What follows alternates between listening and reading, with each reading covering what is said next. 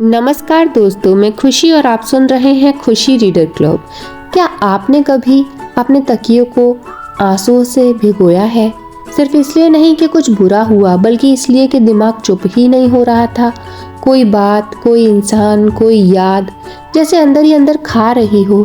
क्या आपने वो रातें देखी हैं जब आंखें तो बंद होती हैं लेकिन दिमाग हजारों किलोमीटर दौड़ रहा होता है?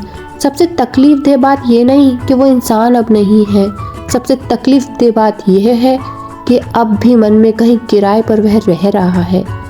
हम सब ने किसी न किसी चीज़ को कसकर पकड़ा है, किसी रिश्ते को, किसी उम्मीद को, किसी गलत फैसले को, या शायद खुद को भी। और यह पकड़ इतनी मजबूत होती है कि वह हमें ही तोड़ देती है। दिल कहता है शायद एक और मौका मिल जाए, शायद वो बदल जाए, शायद मैं ही गलत हूँ।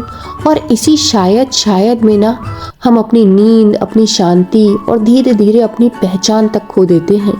लेकिन सच्चाई क्या है? जितना हम पकड़ते हैं उतना ही हम डूबते हैं। कभी समंदर में तैरे हैं आप?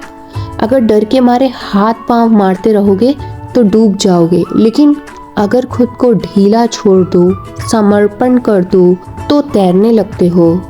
उतरने नहीं, ऊपर उठने लगते हो। यही है छोड़ देने की कला। यह हार नहीं है, यह समझदारी है, यह साहस है, यह हीलिंग है। तो आज हम छोड़ना सीखो के ऊपर ही बातचीत करने वाले हैं। जब हम बीते हुए कल को पकड़े रहते हैं तो आज की ताकत आने वाले कल की रोशनी खो देती है। हम सवालों में उलझे रहते हैं, मैंने ऐसा क्यों किया, उसने ऐसा क्यों किया, मैं ही क्यों। पर इन सवालों का कोई अंत नहीं है और जवाब कभी मिलते भी नहीं। इसलिए हमें जवाब नहीं, आज़ादी चाहिए। और वह आज़ादी तब मिलती है जब हम छोड़ना सीखते हैं।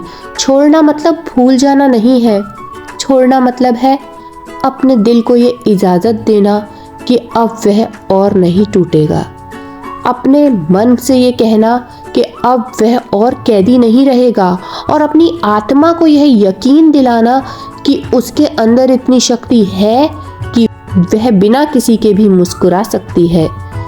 हम सोचते हैं, फिर थोड़ा और सोचते हैं, फिर सोचने के बारे में सोचते हैं, और फिर उसी एक बात को बार बार, हजार बार रिप्ले करते हैं, जैसे कोई टूटा हुआ रिकॉर्ड जो हर बार उसी तरह अटक जाता है। काश मैंने ऐसा ना कहा होता, क्या होगा अगर वो ऐसा सोच रहा होगा, क्या मैं वाकई अच्छा हूँ? ये सवाल हमारी रातों की नींद, हमारे दिल की शांति और हमारे मन की मुस्कान चुरा लेते हैं। यह है ओवर थिंकिंग, दिमाग का जेल। ऐसी जेल जिसकी सलाखें बाहर से नहीं, अंदर से बनती हैं, जिसमें हम ही कैदी हैं और हम ही जेलर। हम ही वह हैं जो खुद को हर रोज सजा देते हैं, उन बातों के लिए जो हो चुकी हैं, उन चीज़ों के लिए जो हमारे हाथ में नहीं हैं, और उन लोगों के लिए जो हमारी ज़िंदगी का हिस्सा नहीं है। लेकिन अब वक्त है छोड़ देने का। कभी कभी हम सोचते हैं कि जितना ज़्यादा सोचेंगे उतना बेहतर समझ पाएंगे, कोई नया हल मिलेगा, या शायद कोई गलती दोबारा ना हो।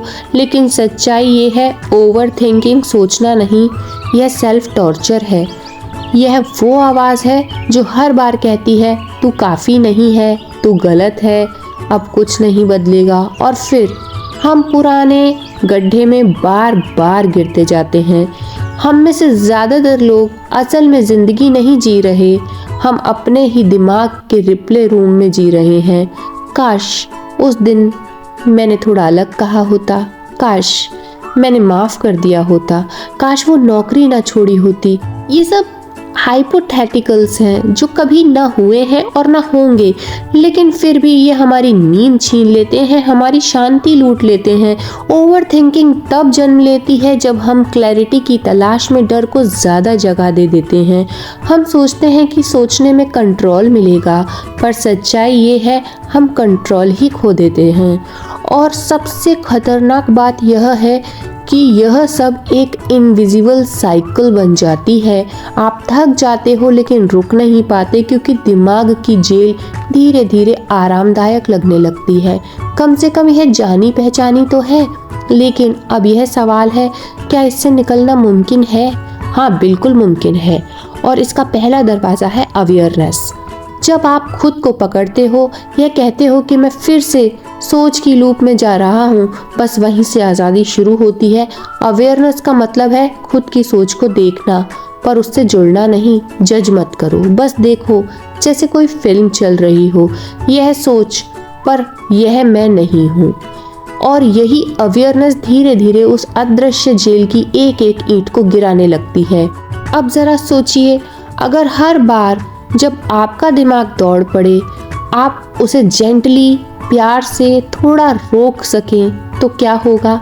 इमेजिन करिए आपका दिमाग अब एक पागल घोड़ा नहीं बल्कि एक शांत झील बन जाए, जिसमें हर चीज़ साफ दिखती हो, हर डर, हर जवाब, हर उलझन।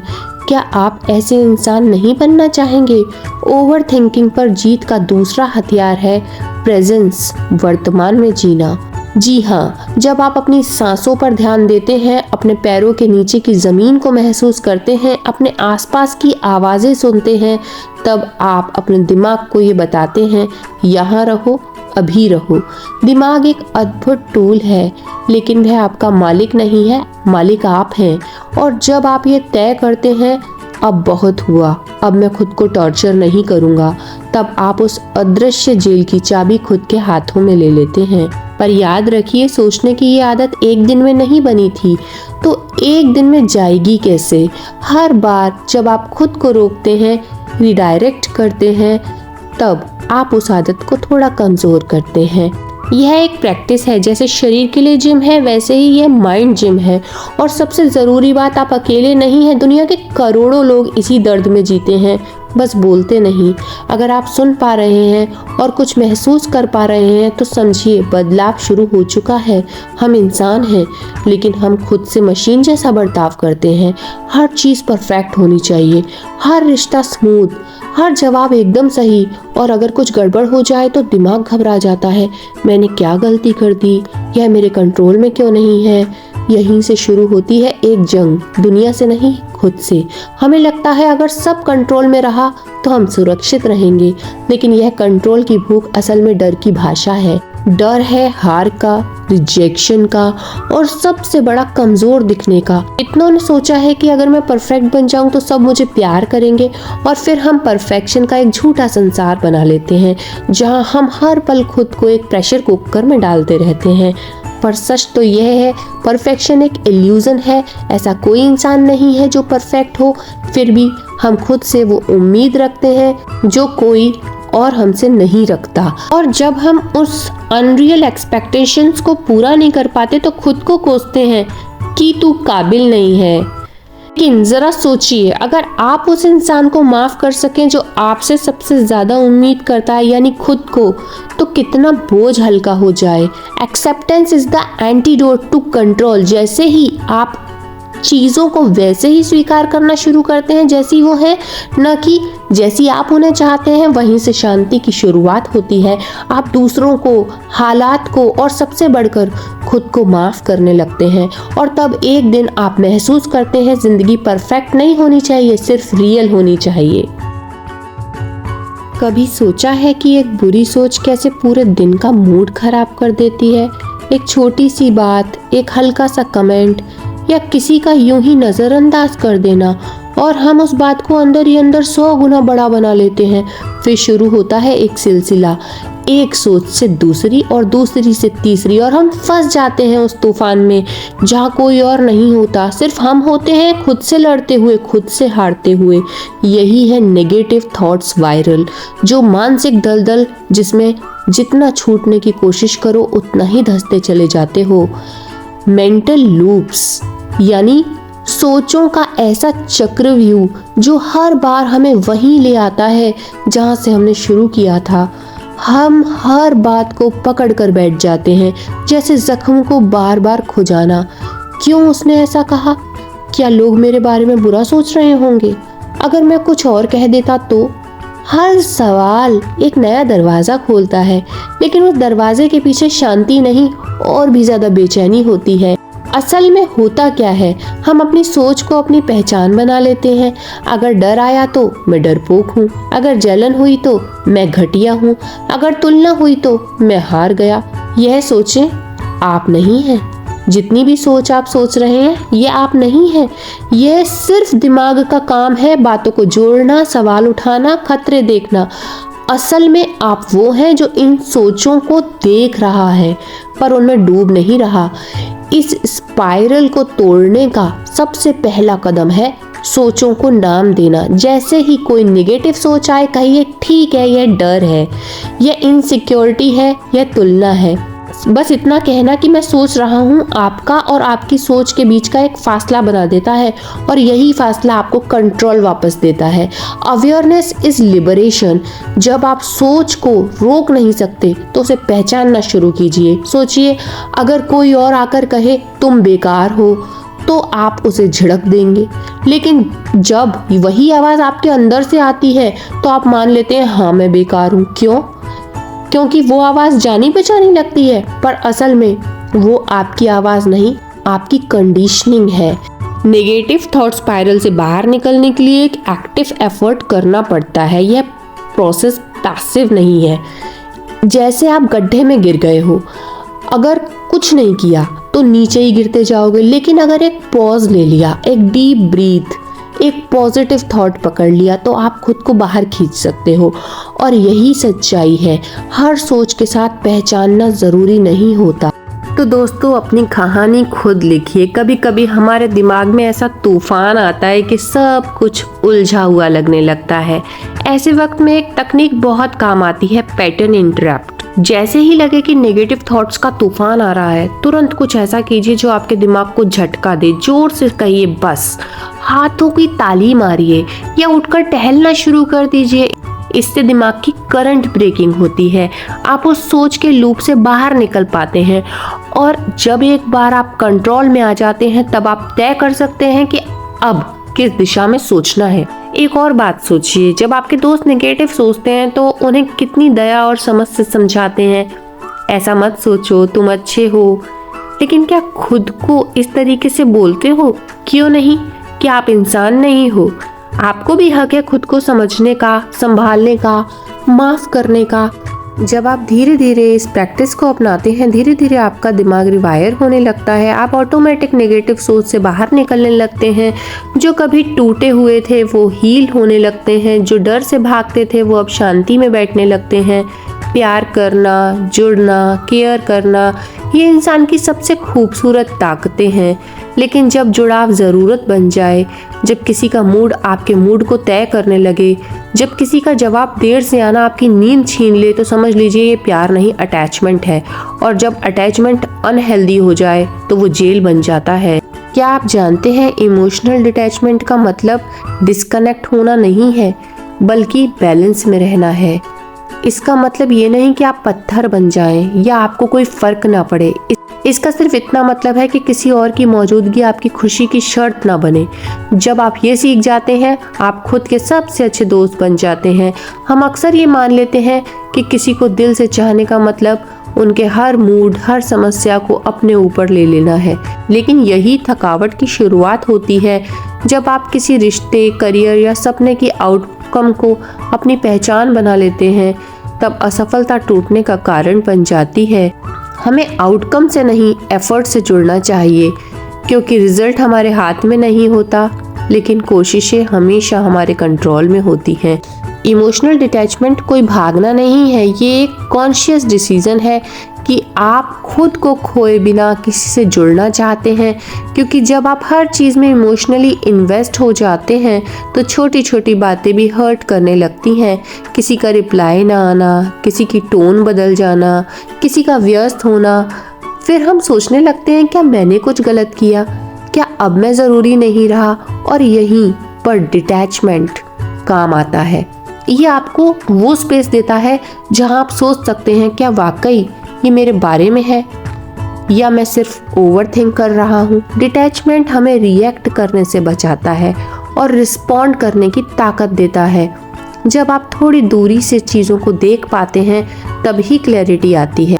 क्लैरिटी कभी कैसे से नहीं आती, वो तब आती है जब आप सवाल करते हैं मुझे वाकई क्या चाहिए, क्या मैं खुद से जुड़ा हुआ हूँ और जब ये जवाब आते हैं तो एक साथ में एक आज़ादी भी आती है, एक ऐसी फ्रीडम जिसमें आप दूसरों के बिहेवियर पर नहीं, अपनी शांति पर फोकस कर पाते हैं। फिर चाहे आपको कोई पसंद करे या नहीं, समझे या नहीं, आप स्थिर रहते हैं और यही स्थिरता एक मैग्नेट बनती है जो सही लोगों को आपकी ज़िंदगी में खींच लाती है। हर इंसान के अंदर एक कहानी चल रही होती है, दिन रात, सोते जागते, बोलते बोलते, चुपचाप।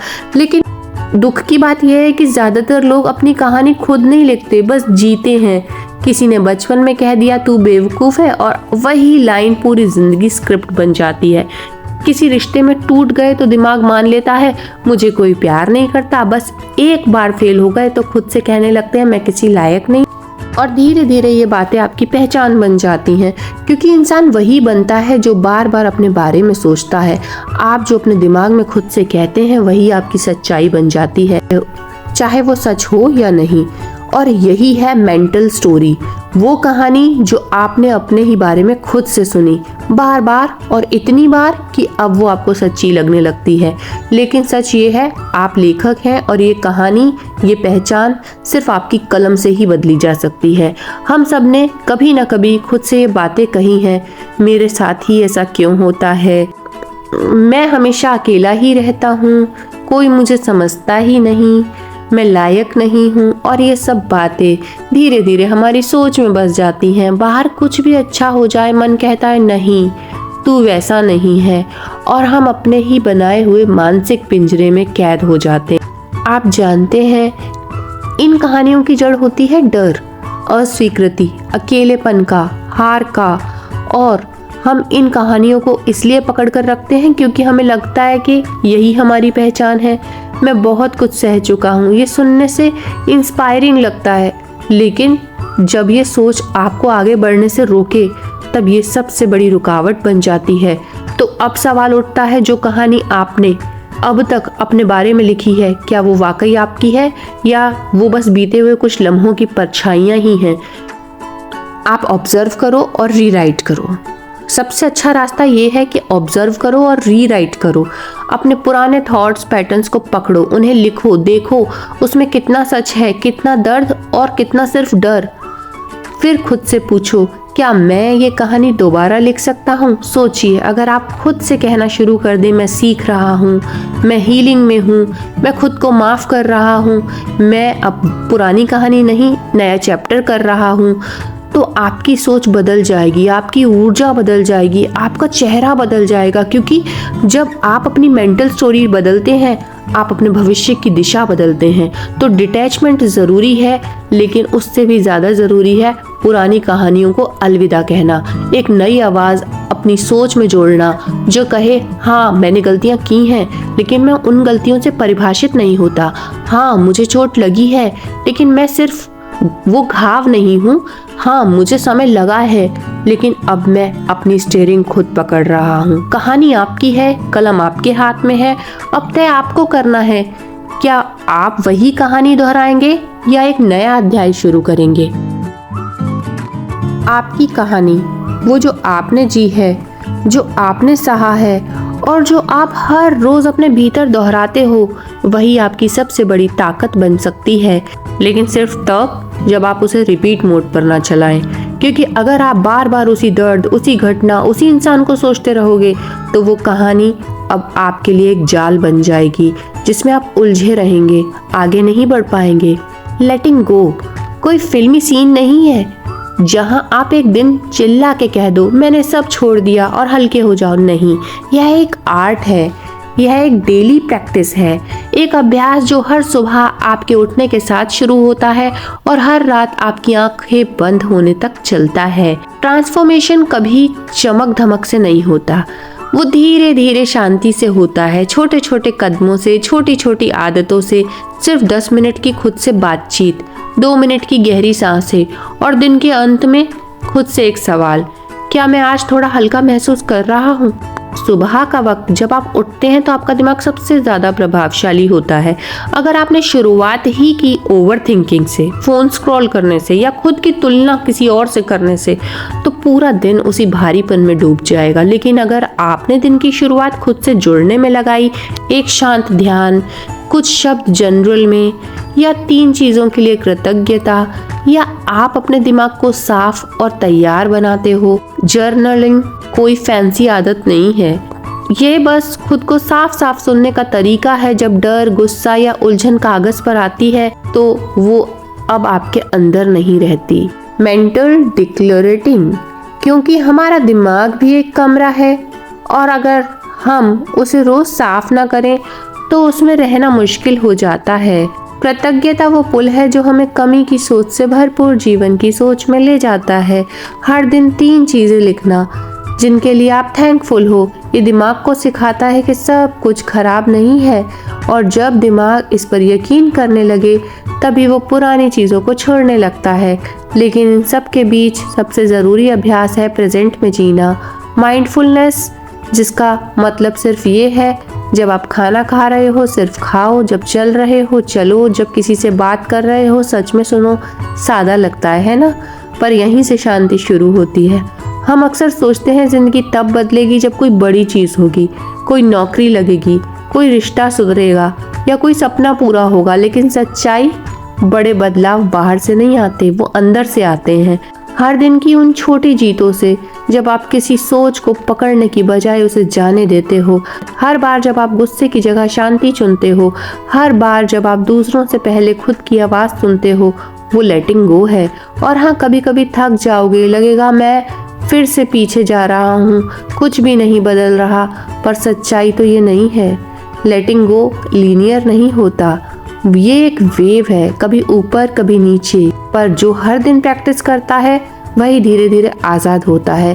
Consistency is more powerful than perfection. हम सब उड़ना चाहते हैं, लेकिन क्या आपने देखा है कोई पक्षी तब तक नहीं उड़ सकता जब तक उसके पैर में कुछ बंधा हो। जो चाहे जितना भी चाह ले, जब तक बंधन है उड़ान मुमकिन नहीं। हम सबके पैरों में भी कुछ ना कुछ बंधा है, पुरानी बातें, लोगों की राय, अपनी खुद की expectations. Letting go doesn't mean hate, it means freedom. जब आप किसी इंसान, किसी पुराने दर्द या खुद की किसी बीती हुई वर्जन को छोड़ते हो तो आप उनसे नफरत नहीं कर रहे होते, आप खुद को वापस पा रहे होते हो। वो एनर्जी जो आपने सालों से गिल्ट, शेम, ओवर थिंकिंग में खर्च की, जब वो वापस आती है तब क्लैरिटी होती है, और क्लैरिटी से ही डायरेक्शन मिलती है। हम सोचते हैं अगर मैं भूल गया तो क्या मेरा प्यार झूठा था, अगर माफ़ कर दिया तो क्या मेरी तकलीफ़ वाजिब नहीं थी। पर सच ये है, छोड़ना अपमान नहीं होता, ये बस एक फ़ैसला होता है कि अब मैं खुद के लिए जगह बनाना चाहता हूँ। क्योंकि जब आप पुराने ज़ख्मों को पकड़े रहते हो वो हील नहीं होते, वो सड़ने लगते हैं, और फिर आप उन्हें हर रिश्ते, हर मौके और हर फैसले में ढोते हो। बैगेज सिर्फ वो नहीं जो आप उठाए हो, बैगेज वो भी है जो आपने आज तक अलाउ किया है। हम अक्सर अपने जीवन में बहुत सा बैगेज लेकर चलते हैं, लोगों की उम्मीदें, समाज के मानक, तुलना, गिल्ट और जटिल रिश्तों के अटैचमेंट। इन्हें हल्का करने का पहला कदम है बाउंड्रीज बनाना। बाउंड्रीज से मतलब यह नहीं कि आप दूसरों से दूर हो जाएं, बल्कि इसका मतलब है कि आप अपनी ऊर्जा की रक्षा करें और सिर्फ वही चीज़ें अपने पास रखें जो आपको सशक्त बनाती हैं। बाउंड्रीज बनाना कोई आत्म केंद्रित करना नहीं है, बल्कि आत्म देखभाल है। यह एक ऐसा अभ्यास है जो आपको ये समझने में मदद करता है कि आप क्या चाहते हैं, क्या सहन नहीं कर सकते और किस दिशा में बढ़ना चाहते हैं। यह एक स्वीकृति की प्रक्रिया है जहां आप खुद को वैलिडेशन के बिना स्वीकारने लगते हैं। जब आप पुराने डर, गिल्ट और अपनी सीमाओं को छोड़ देते हैं, आप हल्के महसूस करने लगते हैं। जब आप किसी भी रिश्ते या परिस्थिति से अपने आप को स्वतंत्र कर देते हैं तो आप अपने वास्तविक आत्म को पुनः प्राप्त करते हैं। यही असली स्वतंत्रता है।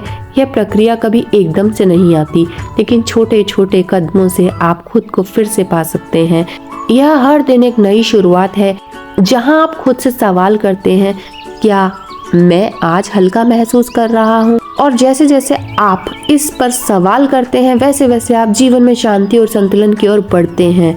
यह शांति बाहर से नहीं आती, यह भीतर से आती है। इस यात्रा में हमें यह याद रखना चाहिए कि लेटिंग गो का मतलब कभी भी किसी रिश्ते या भावना का अपमान करना नहीं होता। यह बस खुद को नई दिशा देने का तरीका है। जब हम चीज़ों को छोड़ते हैं तो हम पाते हैं कि हमारे भीतर जो ऊर्जा छिपी हुई थी वह अब हमें अपने असली आत्म से जोड़ने में मदद करती है। आखिरकार जीवन की असली सफलता यह है कि हम खुद को माफ कर सकें, शांति से जी सकें और अपनी सही पहचान पा सकें। यह यात्रा कभी खत्म नहीं होती, लेकिन हर कदम हम खुद के और करीब जाते हैं, हल्के होते हैं और खुद से सच्चे होते हैं।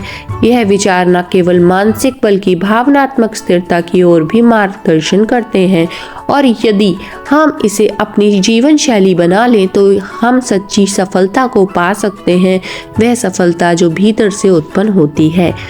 तो कैसा लगा आज का पॉडकास्ट, ज़रूर बताइए। फिर मिलेंगे एक नई सोच के साथ। धन्यवाद।